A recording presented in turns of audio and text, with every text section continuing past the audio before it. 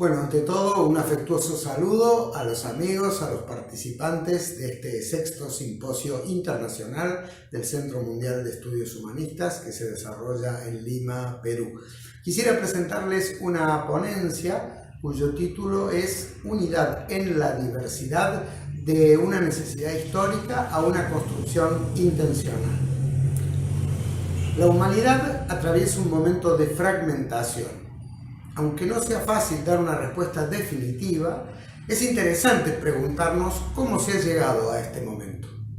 Esto, además de un probable aporte al conocimiento, podría darnos claves sobre el sentido histórico de la desestructuración, como así también sobre los elementos necesarios para la reconstrucción de la futura unidad social. Como explica Silo en un pasaje del libro Cartas a mis amigos, tanto el capital como el trabajo, las culturas, los países, las formas organizativas, las expresiones artísticas y religiosas, los grupos humanos y hasta los individuos estamos enredados en un proceso de aceleración tecnológica y de desestructuración que no controlan. Es una descomposición interna de estructura y medio circundante en la que antiguos valores, creencias y formas de organización social no logran ya responder a las necesidades humanas.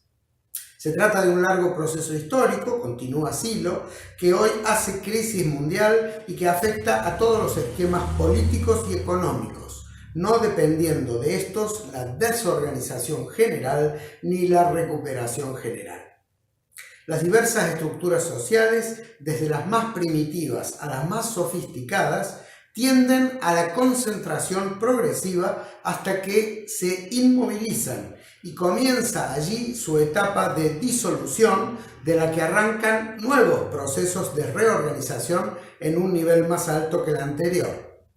Desde el comienzo de la historia, la sociedad apunta hacia la mundialización y así se llegará a una época de máxima concentración de poder arbitrario con características de imperio mundial, ya sin posibilidades de mayor expansión. El colapso del sistema global ocurrirá por la lógica de la dinámica estructural de todo sistema cerrado en el que necesariamente tiende a aumentar el desorden, o sea, la entropía. Hasta allí Silo. Desde otro punto de vista, el punto de vista del despliegue del espíritu absoluto, dirá Hegel en su Fenomenología del Espíritu. No es difícil darse cuenta, por lo demás, que vivimos en tiempos de gestación y de transición a otra época. El espíritu ha roto con el mundo anterior de su ser allí y de su representación, y se dispone a hundir en el pasado ese momento, entregándose a la tarea de su propia transformación. Desde otro ángulo, el ángulo de la interacción entre medio circundante, a lo que también podríamos llamar sociedad o mundo, y la estructura, o sea, la intersubjetividad humana, podríamos hipotizar o inferir que la desintegración del medio social, de las convenciones, los hábitos vigentes, los modos de organización, los valores, los vínculos entre las personas, podrían hallarse en íntima conexión con una necesidad expansiva de lo humano, aprisionada en las costuras del mundo en desaparición. Desde una mirada existencial, entonces, sería la asfixia de la alienación, caracterizada en cualquiera de sus versiones, la que empujaría la dilución, destrucción de un mundo oprimente. La estructura humana se rebelaría contra la enajenación, contra el extrañamiento y la externalización, producidas por la cristalización de estructuras generadas por el mismo ser humano, pero alejadas ya de su control intencional, para recuperar entonces la agencia de la intencionalidad sobre el mundo golemizado, autómata y en apariencia autosuficiente. No hay duda que el mismo sentido de la vida humana, al ser confrontado por su némesis, el sinsentido, estaría apelando a revolucionar las formas del convivir, en este caso intentando hacer desaparecer los lazos anteriores. Este punto de vista existencialista podría entonces interpretar a la historia como un proceso de reapropiación humana desde el registro de conciencia alienada, en reacción al sometimiento que experimenta ante fuerzas externas o extrañas a sí. Cualesquiera fuera la hipótesis desde la que se arriba, el panorama de disolución y atomización se registra como trágico, en referencia al huracán de fuerzas centrífugas que dificultan toda relación interpersonal, toda organicidad de estructuras rígidas, toda coherente construcción intelectual y la armonía artística, entre tantas otras actividades humanas que resultan desorganizadas. Silo explica que la desestructuración llegará a su punto cúlmine en la misma base social, a partir de la cual comenzará una recomposición del tejido humano. Ante este panorama de disolución, es evidente que el trazo unitario, la necesidad de unidad, aparece como nítida compensación mecánica de la dirección de atomización divergente, paradójicamente necesaria para permitir la disolución de esquemas sociales que actúan a modo de mordaza anímica. Veamos ahora el tema de las fuerzas aglutinantes y su signo, regresivo o evolutivo. Por la necesidad de unidad, en el desesperado intento de amarrar ligazones en un mundo cuyos vínculos se ven corroídos por una progresiva desaparición, el colectivo humano apela a lo que podemos llamar fuerzas aglutinantes. Estas fuerzas aglutinantes no tienen un signo único, sino que pueden ser de carácter regresivo o evolutivo. Entre las primeras encontramos al nacionalismo xenófobo, a la discriminación racista, al fundamentalismo religioso, a las derechas políticas, a los naturalismos radicales.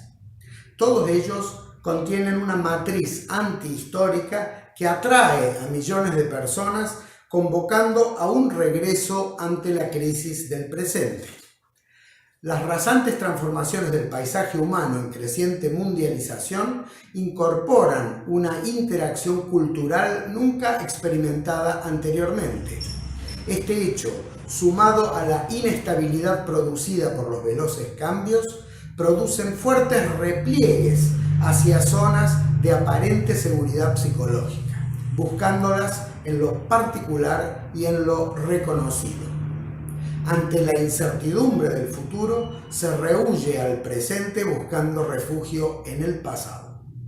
Parte de esas reacciones dicen relación también con la precariedad socioeconómica y existencial de grandes mayorías que ven cerrado su futuro ante la asfixia generada por la concentración monstruosa de capital. Asimismo, la imposición globalizadora, la uniformización cultural, produce fuertes reacciones en los pueblos, tendiendo estos a sobreafirmar identidades, a radicalizar creencias, usos culturales y rechazar lo diferente. Algo similar ocurre ante la afirmación de nuevas tendencias y la ampliación de derechos y libertades. En sociedades en las que las diferencias de sensibilidad generacional se acentúan justamente por la velocidad de las transformaciones, los hábitos instalados entran en crisis ante el embate generacional y reaccionan aglutinándose desde respuestas retrógradas. Todo ello podría agudizarse en sociedades en las que la pirámide demográfica tiende a ancianizarse, o también en otros lugares, inversamente, la misma reacción ser protagonizada por un sector excluido de la juventud a manera de rebelión generacional, culpando de la crisis generalizada a la situación creada por sus mayores. En la vereda de enfrente se encuentran tendencias aglutinantes de signo evolutivo. cuyo signo distintivo es la inclusión de la diversidad, la horizontalidad y el reclamo de nuevos modos de hacer las cosas en la vida política y social. Estas fuerzas, que hace unos años parecían incipientes, impermanentes y programáticamente inconsistentes, han logrado afirmarse y llegado en pocos años a constituir perspectivas de futuro y producir efectos de demostración en la superficie social. Ejemplo de ello son la irrupción de nuevas generaciones en la esfera política, los avances de una indetenible marea feminista, la multiplicación de formas familiares legalmente aceptadas, la conquista de nuevos derechos, el repudio social creciente a las distintas formas de violencia, el apego masivo a la paz, la desestabilización de instituciones arcaicas, entre otros. Por supuesto que todo esto no ha logrado todavía desterrar las prácticas sistemáticas de violencia en sus distintas modalidades, y queda también claro que este desarrollo no es uniforme, pero ya revela avances profundos en la conciencia social y en el quehacer cotidiano de conjuntos cada vez más numerosos. Veamos ahora algunas dificultades para esta necesaria unidad. Aún impulsada por la necesidad histórica y orientada en sentido evolutivo, la unidad se encuentra en el transcurso de su construcción con dificultades. Algunos de estos escollos, de menor calibre, dicen relación con posicionamientos o intereses particulares de coyuntura. Poner lo particular por encima de lo general constituye por regla general el error. Sin embargo, entre los problemas de mayor calado está la tendencia de alimentar la propia identidad desde la diferencia. Esta característica, que puede ser fácilmente rastreada, aún en conjuntos que pretenden cambios evolutivos, podría considerarse como un resabio de signo inverso, como un contrabando ilegítimo de carácter regresivo. Dicho problema suele ser arrastrado desde la misma condición de origen de un grupo cualquiera, en especial si el grupo fue perseguido, estigmatizado o aislado para impedir su proliferación. Al respecto, puede decirse que todo fenómeno emerge en diferenciación de lo existente, con mayor razón si se trata de ideas o prácticas renovadoras. Dicha diferenciación inicial se fortifica aún más para autoorganizarse, trazando límites entre lo que es y lo que no es, entre los que son y los que no son, entre los nuestros y los otros. Sin embargo, lo estructurado nunca resulta mayoritario. Para que la idea de esta minoría pueda influir de algún modo en el sentido común, lo cual es su objetivo, la minoría debe relajar su diferencia y tender puentes. Si eso no se produce, el colectivo recogerá crecientemente elementos que tienden a la desadaptación y se direccionará en el mismo sentido para no contaminarse, entre comillas, ni desviarse, entre comillas, de su propósito original. Dicha dirección mental impedirá valorar la diversidad como fuente de riqueza y como necesaria acumulación de potencial transformador. Más allá de sus características fundacionales, toda corriente sufre en algún momento este fenómeno. En algunas organizaciones, incluso llegando a ejercer mecanismos de represión dentro de sus propias filas, tildando a los autocríticos, aperturistas, conciliadores, innovadores o incluso a los inoportunos adelantados de, comillas, traidores, desertores, herejes, desviacionistas y otras denominaciones similares.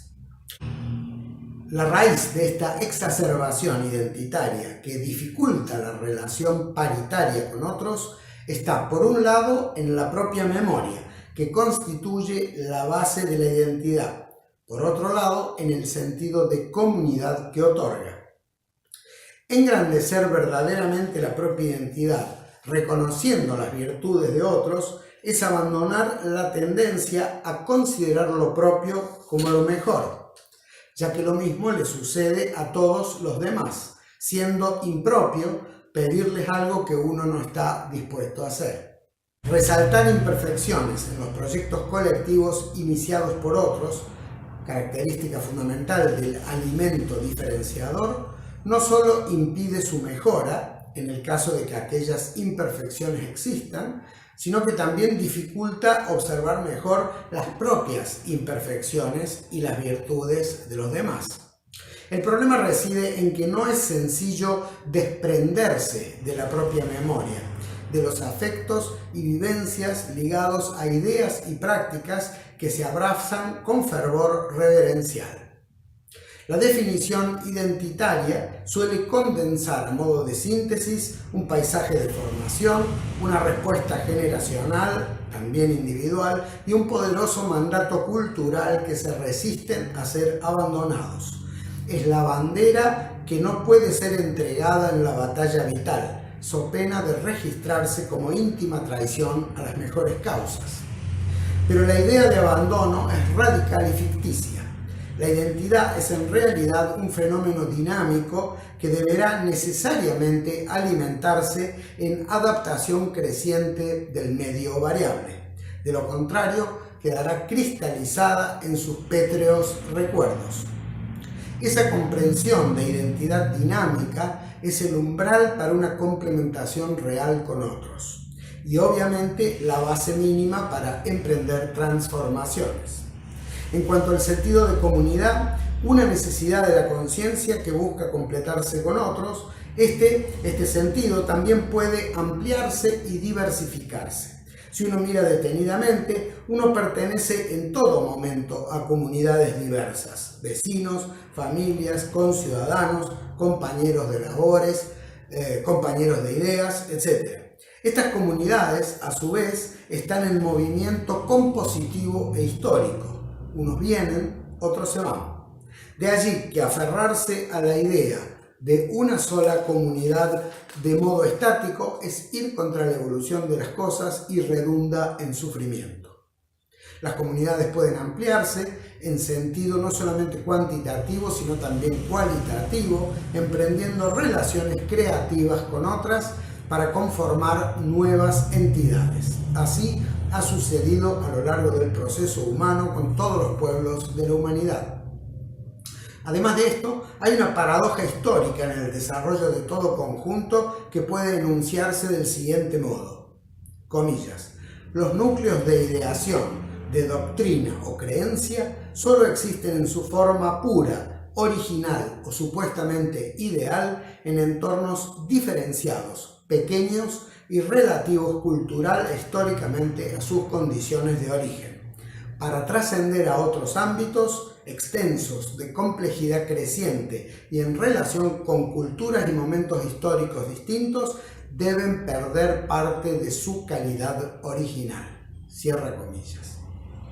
Esto es así porque en la complementación y síntesis estas matrices deberán recombinarse y fusionarse con moldes que no les son propios. Postulado de otro modo, todo núcleo de ideas que pretenda permanecer incólume tenderá a conservar su condición de origen, perdiendo dinamismo de relación con su entorno histórico y por tanto su influencia. Veamos entonces, para terminar, la unidad como construcción intencional. De este modo arribamos a condiciones que nos permiten pensar en articulaciones crecientes, en la unidad como una construcción intencional. La relación abierta y complementaria implica transformaciones en todos los entes involucrados.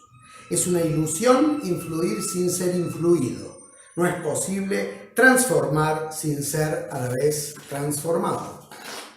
El signo intencional evolutivo de la unidad estará dado por recoger los contenidos de mayor calidad de cada segmento en articulación, facilitando su relativa autonomía y de ninguna manera imponiendo una parte sobre el todo.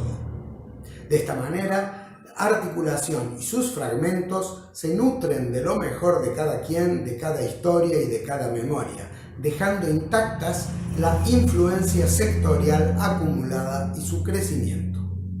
Esta unidad representa la creación de un nuevo sujeto histórico, diferente e independiente de los anteriores, superador de la parcialidad y la fragmentación y transformador de cada una de las particularidades compositivas.